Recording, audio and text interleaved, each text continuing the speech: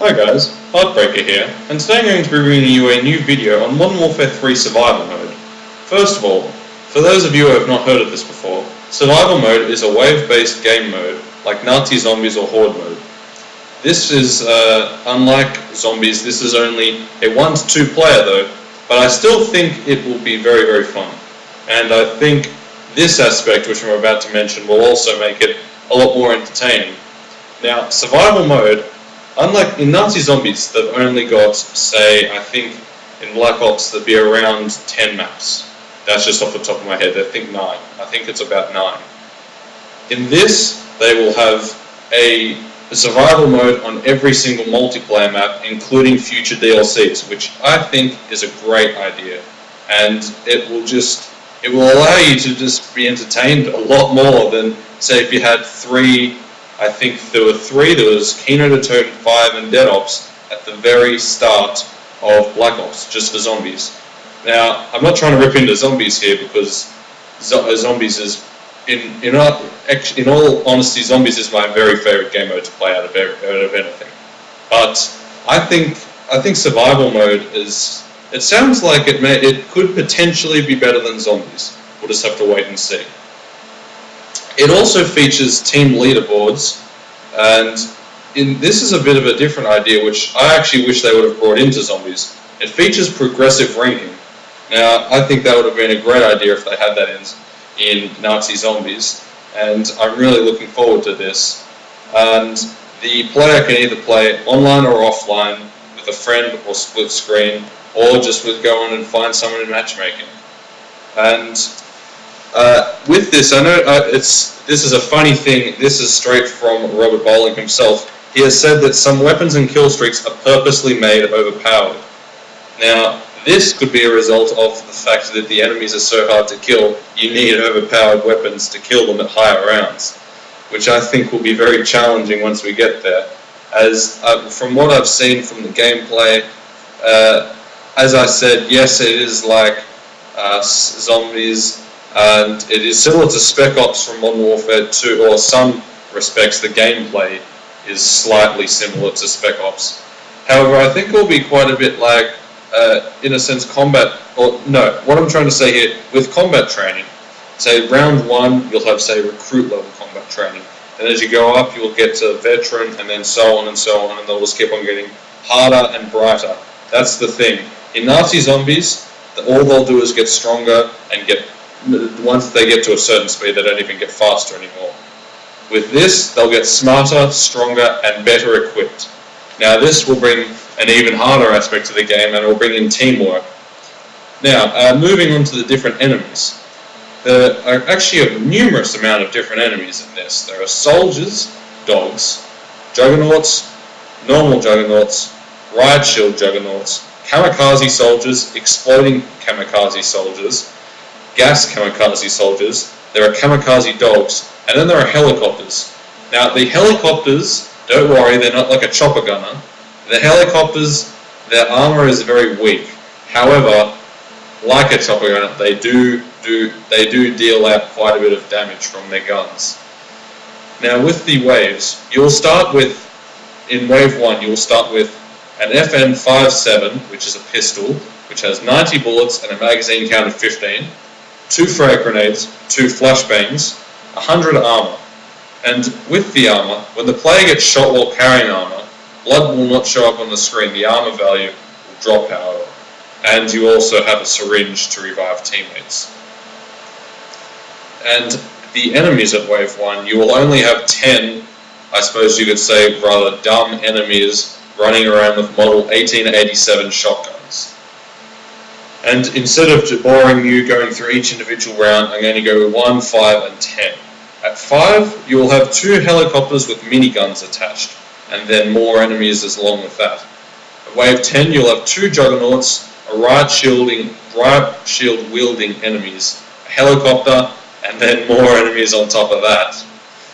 Now, one thing that they have integrated into Modern Warfare 3 Survival Mode are stores in the game, which you can buy numerous different things from. You can buy, there's a gun store, equipment store, perk store, air support store. Now I'm just going to run through the components of each of these stores. Actually, one thing I will run through before, I forgot to mention earlier, in the general information before I go on to these stores, I forgot to mention in between each of the waves, there are 25 seconds to take a breath, go to these stores and do other things and whatnot, which I think is a great idea. It's a bit longer than what is in Nazi Zombies, and I think you really do need this to sort of, I suppose, regather your ammo and whatnot.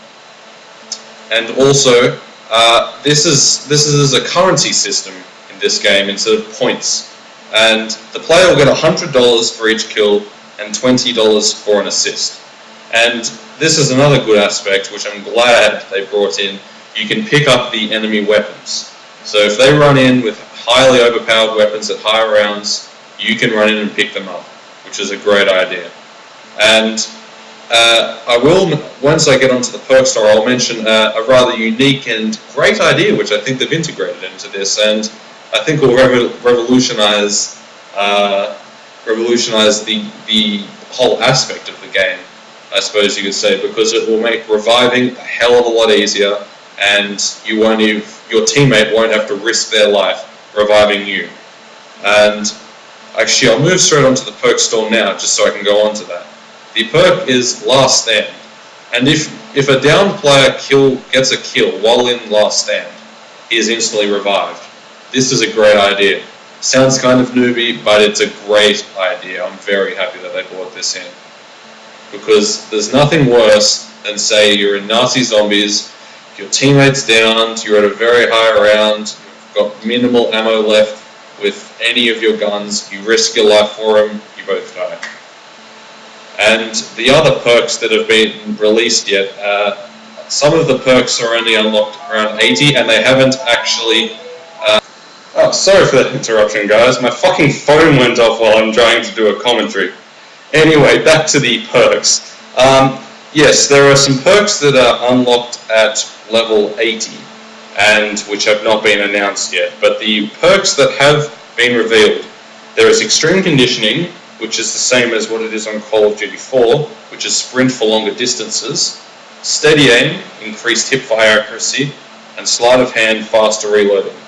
It has not been confirmed whether there are going to be pro perks in survival mode as yet. However, I do feel that I think they may introduce it. It will not surprise me if you can buy pro perks.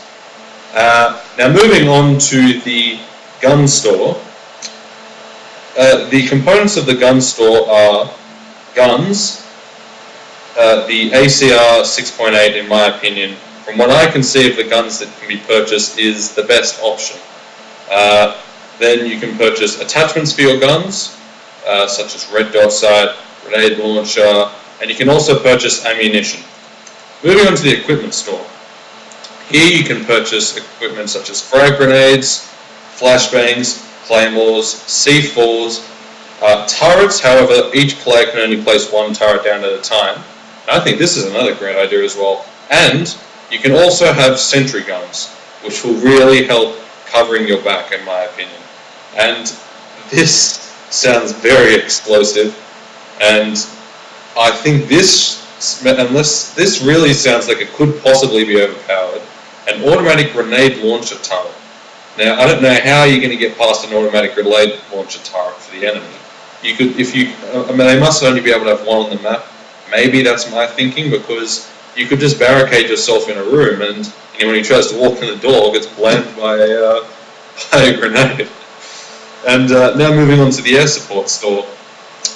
Here you can buy things such as Predator missile, airstrike, attack helicopter, a Delta squad. Now, a Delta squad is 4 AI soldiers deployed by a helicopter. These are fairly intelligent, and they will follow the player. They last until they die. The player earns points for each kill, for the kills that each of them make. Now that is another great idea, and that will, I think, provided you protect them and look out for them as well, excuse me, I think that this would be a great way of racking up some points, some kills, and speeding through the rounds easier and quicker. Also, you can deploy a riot shield squad, which is the same thing, however the AI soldiers are equipped with riot shields. and they, like the other ones, will exactly do what they say. They'll follow you. They'll last until you die. They'll last until they die. Sorry, and they'll earn you points for all their kills.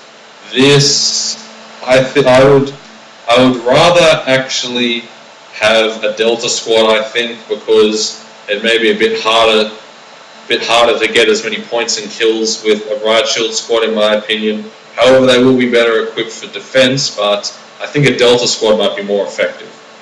Also, another thing that they've integrated into this are challenges. And I don't mean trophies or achievements, challenges, in-game challenges. And here there are 3 different kinds of challenges.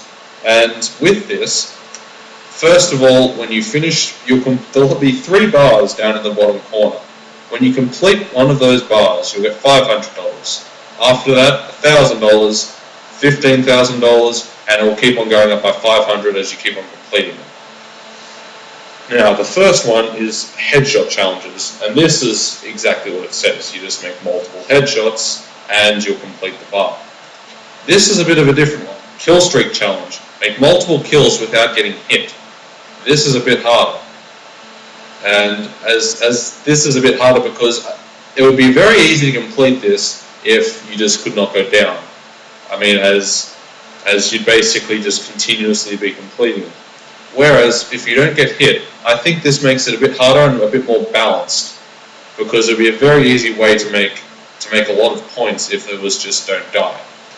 Now, the final one is Rampage Challenge, and this is quite a bit similar to its name again.